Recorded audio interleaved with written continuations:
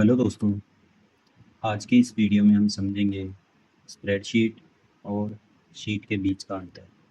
साथ ही हम शीट से रिलेटेड कुछ इम्पोर्टेंट ऑप्शन का उपयोग करना भी सीखेंगे।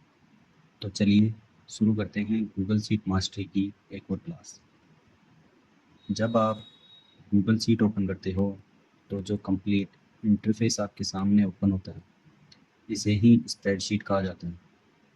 स्प्रेडशीट को वर्कबुक भी कहते हैं।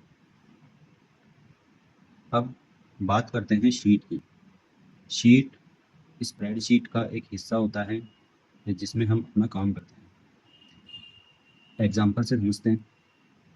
मान लीजिए मैं एक बिजनेस चलाता हूँ। मैंने डेटा मैनेज करने के लिए अलग अलग पेजेस बनाए हैं, जैसे परचेज का रिकॉर्ड रखने के लिए परचेज शीट, सेल्स के लिए सेल्स शीट और स्टॉक मैनेज करने के लिए स्टॉक शीट। तो ये जो अलग अलग पेजेस हैं, इन्हें हम शीट्स कहते हैं। और जिस फाइल में ये सारी शीट्स बनी हैं वो है हमारी स्प्रेडशीट यानी वर्कबुक। चलो इस स्प्रेडशीट को एक नाम दे देते हैं, जैसे माई बिजनेस। अब इस स्प्रेडशीट में और भी शीट्स हो सकती हैं और हर शीट का अपना अलग अलग काम हो सकता है। अब बात करते हैं कुछ इम्पोर्टेंट शीट ऑप्शन के बारे में। पहला जो ऑप्शन आता है वो आता है डिलीट, जो हमने पहले भी देखा था। ये काम में आता है जब भी आपको कोई शीट डिलीट करनी होती है। तो डिलीट पर क्लिक करें और फिर परमिशन में ओके पर क्लिक करें, तो वो वाली शीट डिलीट हो जाएगी। अभी इसको अंडू कर देते हैं। अगला ऑप्शन आता है डुप्लीकेट। ये ऑप्शन तब काम में आता है जब आपको एक्टिव शीट की एक और कॉपी बनानी होती है, सेम वर्कबुक। जैसे मान लीजिए मुझे परचेज शीट की एक और कॉपी बनानी है, तो बस डुप्लीकेट पर क्लिक करना है और आपकी डुप्लीकेट शीट तैयार है। जो डाटा पुरानी शीट में था वो सारा डाटा डुप्लीकेट वाली शीट में भी आ जाएगा। नेक्स्ट ऑप्शन आता है कॉपी टू। कॉपी टू, इसमें दो ऑप्शन हैं, एक तो न्यू स्प्रेडशीट और एक है एडजस्टिंग स्प्रेडशीट। डुप्लीकेट ऑप्शन इस शीट की कॉपी इसी वर्क में बनाता था, लेकिन कॉपी टू से हम इस शीट को दूसरी वर्कबुक में कॉपी कर सकते हैं। अब वो दूसरी शीट या तो नई हो सकती है या पहले से बनी बनाई फाइल हो सकती है। अगर पहले से बनी हुई शीट में हमें ये शीट कॉपी करनी है तो एग्जिस्टिंग स्प्रेडशीट पर क्लिक करेंगे, फिर यहाँ से फाइल सेलेक्ट करेंगे।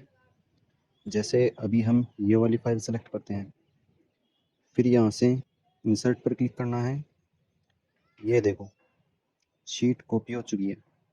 अब अगर ओपन करके भी देखना है तो ओपन स्प्रेडशीट पर क्लिक करें, तो ये देखो परचेज वाली शीट यहाँ पर कॉपी ऑफ परचेज के नाम से आ चुकी है।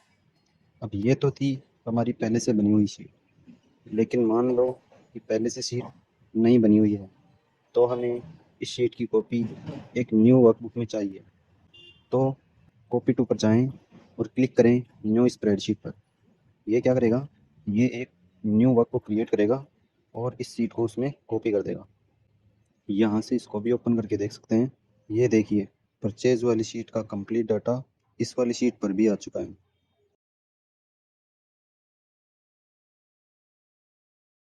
तो अगर आपको डुप्लीकेट शीट सेम वर्कबुक में चाहिए तो डुप्लीकेट ऑप्शन यूज़ करें, और अगर आपको शीट की कॉपी न्यू स्प्रेडशीट में बनानी है तो न्यू स्प्रेडशीट को यूज़ करेंगे, और अगर वर्कबुक पहले से बनी हुई है तो हम यूज़ करेंगे एग्जिस्टिंग स्प्रेडशीट ऑप्शन को।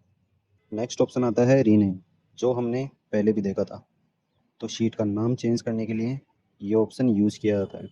जैसे इस शीट का नाम हम रख देते हैं परचेज शीट। नेक्स्ट ऑप्शन आता है चेंज कलर। इस ऑप्शन का उपयोग करके आप शीट नेम के बैकग्राउंड में कलर ऐड कर सकते हैं। जैसे मैं परचेज शीट के लिए ग्रीन कलर सेट करता हूँ, ऐसे ही सेल शीट के लिए ये वाला कलर सेट कर देता हूँ, और स्टॉक शीट को हम दे देते हैं ये वाला कलर। कलर्स शीट नेम के बॉटम में ऐड होके आ जाएंगे। तो विजुअली आपको शीट को अलग दिखाना होता है, तो वहाँ पर आप काम में ले सकते हैं ये वाला option change colour. Next option आता है प्रोटेक्ट द शीट। ये ऑप्शन काफ़ी इम्पोर्टेंट है, लेकिन इसके बारे में हम डिटेल में तब बात करेंगे जब हम गूगल शीट फाइल को दूसरे लोगों के साथ शेयर करना सीखेंगे।